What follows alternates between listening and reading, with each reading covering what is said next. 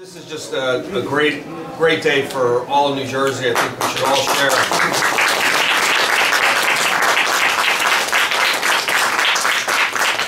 In the Valentine's Day session that we've had, and I think it is love with civil rights, a love that we all share, and that everyone can be part of the American dream and start a family under the auspices of marriage.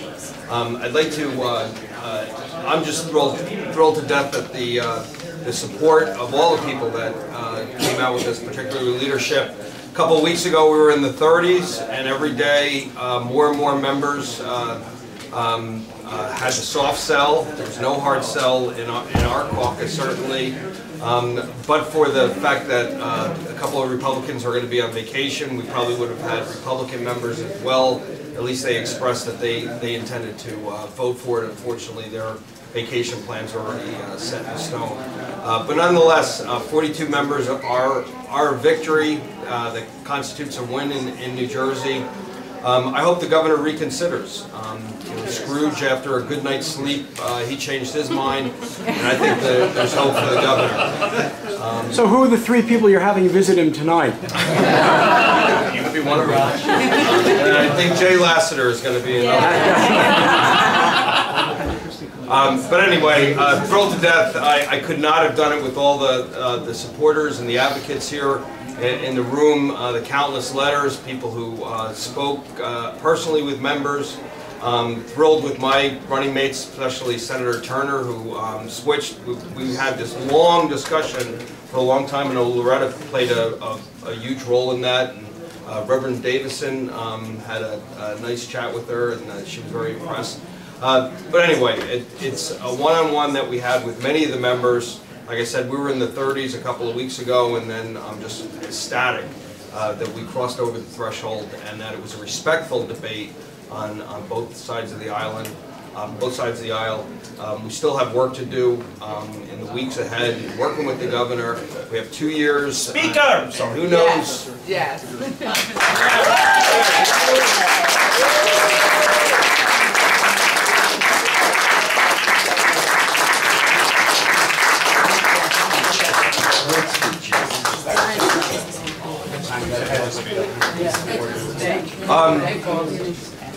I sat down with the governor last week, and we had a very frank discussion about this issue as well as other issues.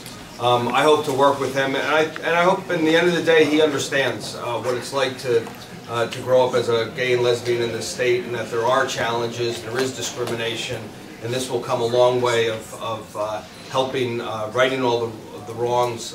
We know about teen suicides and what happened at Rutgers. And I think this is going to go a long way to help gay and lesbians start a family and in the spirit of the same rights that we all enjoy. I have to introduce my boss, Speaker Oliver, who has been incredible throughout this. She's been nothing but encouraging me, encouraging the members. We've been in phone conversations on a nightly basis, and more than pillow talk, but just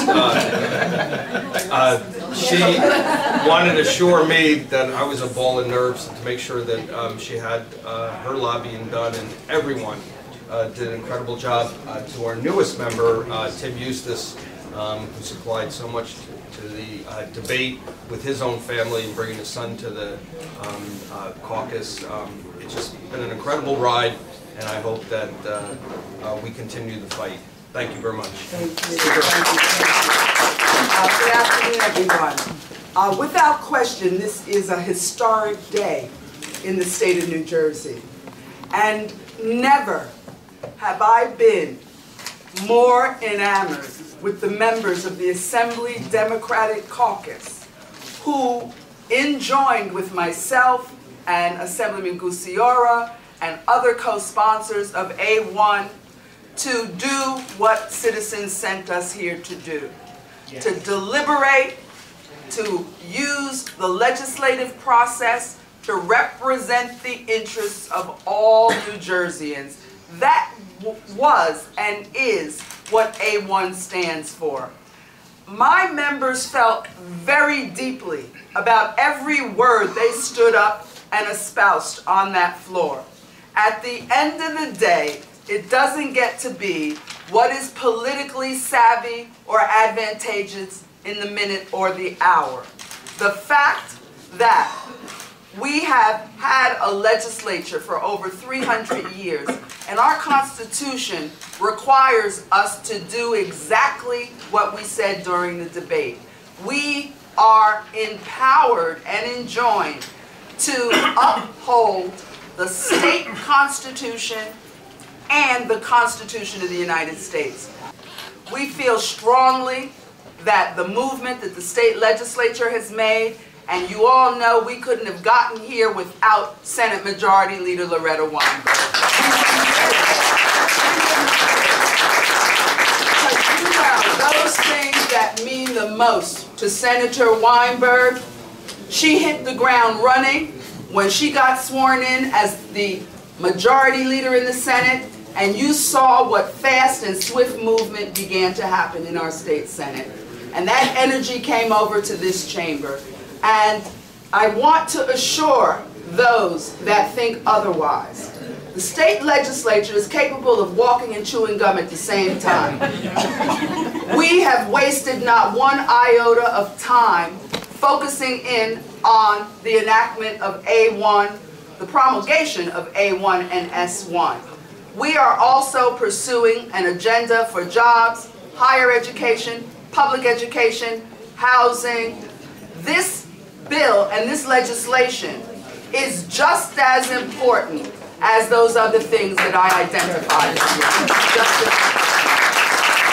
I just want to thank all of the advocates and all of the advocacy organizations. Steve Goldstein, we certainly couldn't have done it without you. And I am so proud that I represent Montclair in the state legislature, and Montclair is the home and will forever be the home of Garden State equality.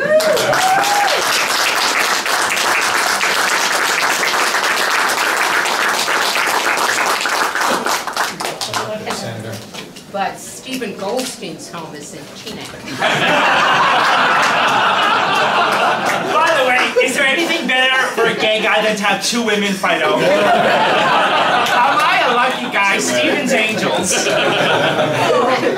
I want to tell the speaker I walked in this room and said, just another day in Trenton. That's right. Speaker Oliver, your words on the floor were inspiring. And yeah, it's all right, you can applaud. We have been partners in this bill for, I don't know, 5 years, 6 years, There was a time where we were the only members of the Liberal Caucus. Yes, that's right. We argued over who's going to be chair of the Liberal Caucus at the time. We've been involved with marriage equality, and today, nobody in the state of New Jersey, or indeed nationally, should question what legislative intent is in the state of New Jersey. Our legislature stood up in both houses and spoke on behalf of marriage equality.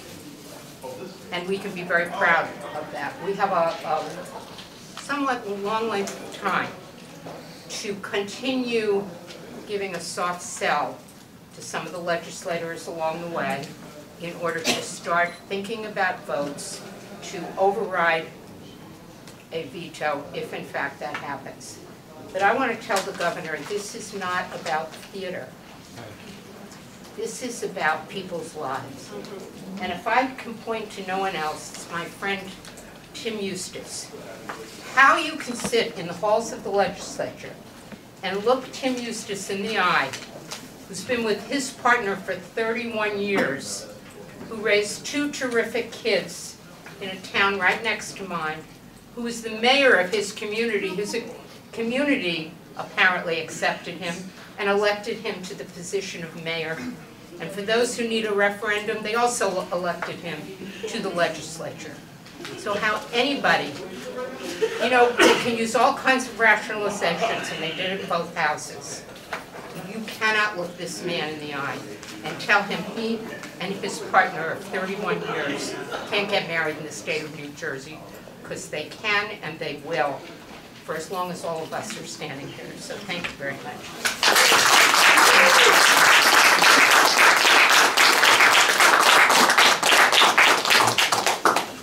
Hi everyone. I just want to thank Reed Gashora. I know that I and Garden State Equality have learned so much from him over the last 2 years. Reed was a pioneer in the state. Before we can get to marriage equality, the greatest civil rights act that any of us in the LGBT community can do is to live our lives openly and honestly.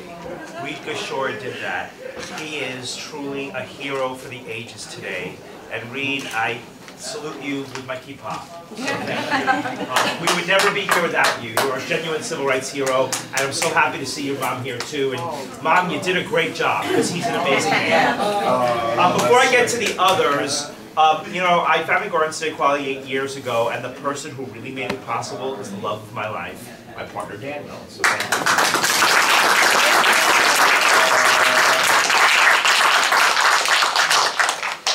I'll get to others in a minute.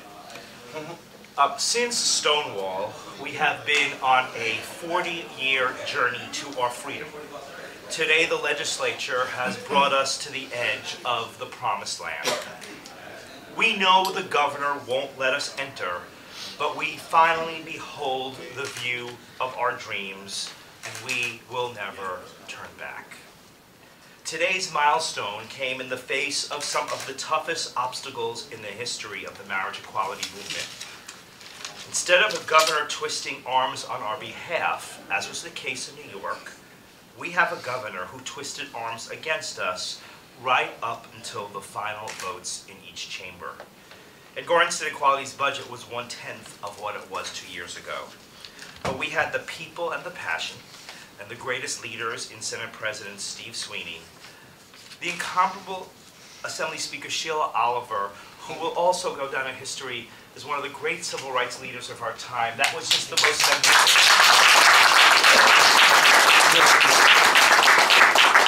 You know, I read a lot about Speaker Oliver, and there are very few people in public life who don't put their finger to the wind and say, which way is it blowing, who are simply motivated by the right thing to do.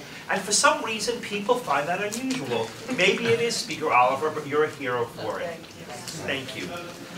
Senate Majority Leader Loretta Weinberg, you know, Garden State Equality can't invent enough awards to give Loretta. No more plaques. Yeah, Loretta says no more bucks. And Loretta, who's a second mom to Daniel and me and everybody in this room. When I say second mom, Daniel's going to tell me, wait, Stephen, you love her more than your first mom. Okay, don't go, it's true. Okay, the day is going to come when in a legal wedding here in New Jersey, Loretta will walk Daniel and me down the aisle, and we will stand under the chuppah. And I'm going to wear a big pink bouffant dress. And that will be the happiest day of my life. I will too.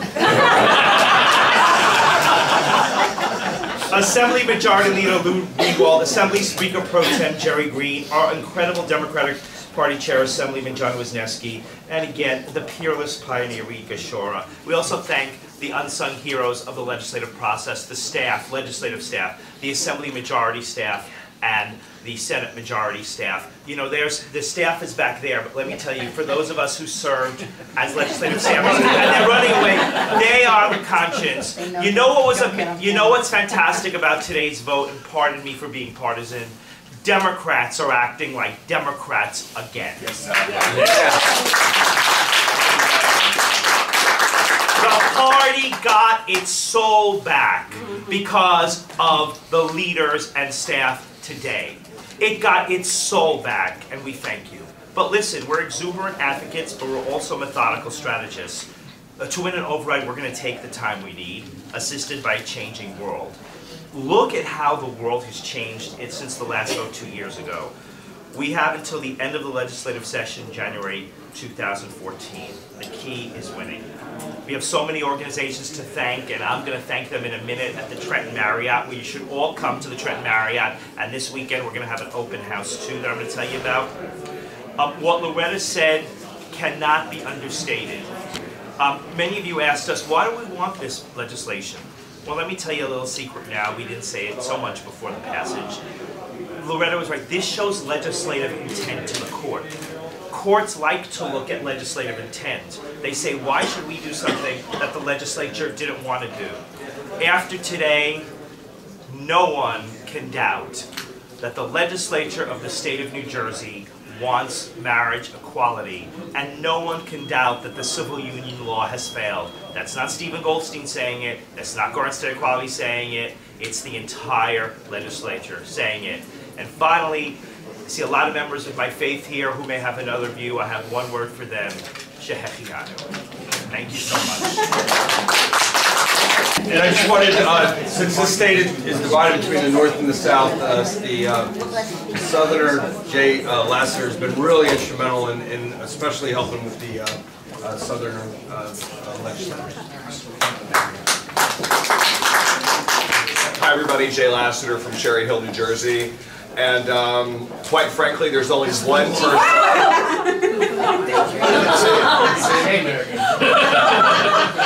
See? There's one person who I will ask if it's okay, can I get married? And that is my partner's mother. She does not live in New Jersey.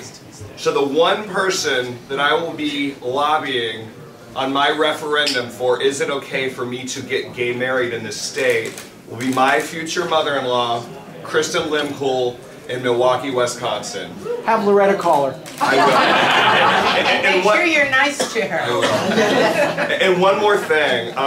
As a partisan liberal, I'm really happy to see this debate play out in a very long, methodical way, because I think it's doing a lot for the Democratic Party. And I think it's really revealing the Republicans to be somewhat desperate and retrograde. However, as a gay man, enough already, let's do it. Let's do it. Let's do it now. Thanks. Yes.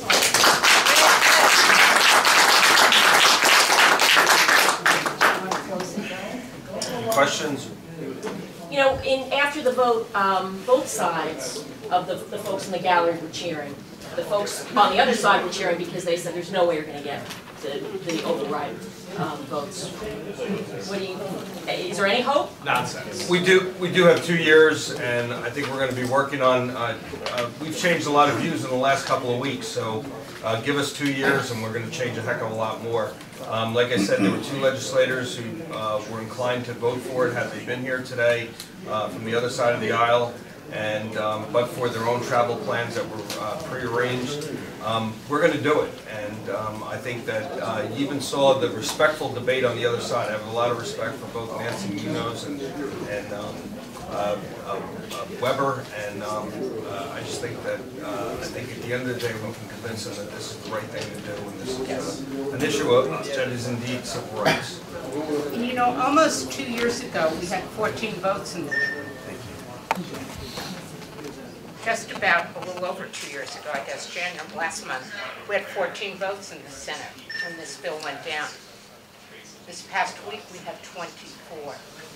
So a lot of people involved, and that's what we're counting on, with the help of the advocates and the people who know this best, to see those votes increasing over the next couple of years. 2 years is a long time in political resolution.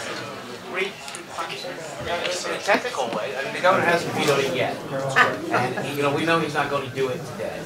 So he's going to get up, he's going to read all the papers tomorrow, he's going to watch television, he's going to listen to the radio. What's your message to him before he puts pen to paper and vetoes? Well, I'm actually encouraged, because I think the governor is all about politics, and I think you should also question why he's not just doing it today. He clearly does not hesitate about taking action, and I think he wants to wait till a Friday news day, so that's going to be the Saturday. He knows that there are a lot of gays in the Republican Party, a lot of Republicans that have family members, and that are just going to, the meanness question is going to come out. And I like the governor. I sat down with him for 45 minutes. We had a frank conversation about this issue and others, but I think that he has to grapple with whether he is playing to Peoria or Arizona, or Trenton and Camden and Bridgewater. Reed, were you saying that Declan O'Scanlan and Mary Pat Angelini would have been You have to speak for them. I've had many frank conversations with Mary Pat Angelini. I know she wanted to be here. She wanted to vote for it. I think the other legislators in Jen Beck's district could very well have been persuaded had Mary Pat been here. And what about Nelson Urbana, that did not? I understand the political realities of the Deep South in New Jersey, and I've had discussions with both of them. I think they're great guys. I have great respect for them, and I think at the end of the day they're persuadable as well. Yes. No, I wasn't laughing at that. Okay. And she's going to convince Jeff Van Drew. Yep. I actually have asked for an appointment with the governor because I'd like to take out Galluccio, who testified before the Senate Judiciary Committee on behalf of his son and son-in-law, the Galluccio Houghton family, who stood up and talked about how he had trouble with this in his own mind when his son first came to speak and tell him of his sexual orientation. I've asked for an appointment, 10 minutes, and let Adolph Galluccio speak to the governor. But I must say, there's a morning show, Morning Joe, where they say at the end of every show what they learned. So I said, I learned from Reed and the governor that numbnuts is a term of endearment. It's an Italian. It's an Italian thing? So, I don't know what made me think of that just now, but I did. Sullivan, did you request the meeting with the governor? I did right after that comment was made, and really, I think both of us. I didn't even think much of it once it was said, and I just thought, oh, that's the governor being the governor again. And luckily, I made the top 10 quotes of Politico. At the end of the day, I think the lesson we learned, and I said it on the floor, is that words do matter. And in this instance, marriage is a word that does matter to a lot of people, and everyone can share it. And the other fact is that marriage has evolved over time, particularly with interracial marriages and whether women's rights. And this is one more evolution in the institution of marriage in a positive way. Or I don't know if anybody else can talk. Somebody did say that despite all those folks who got up at the hearings and said, I have this problem and that problem, that there are only 13 people who filed complaints, and so that's proof. And only one of those complaints was upheld. That's proof that this is really not, maybe it was Jay Weber who said that. It was McCombs, Ally McCombs. Oh, was that McCombs? Okay. I'd like to speak to that issue being the person who is a partner in a civil union or whatever that ridiculous term is. With 2 kids, I don't have the time to file a complaint. I run a small business. I was the mayor of a small town, and I'm a dad and I'm a partner. I don't have time to file complaints. But I can tell you my partner had open heart surgery a month ago, and my sons who are black, our sons who are black, and I had a rough time going through the hospital folder roll. Who are you? What are you doing here? Who are they? Do you have permission to be here? And if it were just spouse, as I told in some of the hearings, this would be done with. And you don't have to go through that. And that's just part of the equation. That Majority Leader Greenwald spoke about families. It's nice that we are considered families in a state house. That's a big and wonderful difference here. Yeah, I want to address that also as a former member of the Civil Union Review Commission. There were a lot of complaints that were not given to the commission because they were regarding federal benefits, where the state, for people that actually read the report, the people that worked for the same companies, New Jersey residents that worked for national companies that were not headquartered in New Jersey, did not get the benefits, whereas the same-sex couples who were married in Massachusetts, there was no problem. So that was very, very clear. Same company, talking about the same benefits, civil union partners in New Jersey didn't get it, married same-sex couples in Massachusetts got it. Hey Reed, there's a South Jersey Assemblyman here, maybe, who could do a better job articulating the idea. And our majority leader, Lou Greenwald, we also want to congratulate him. He did an excellent job.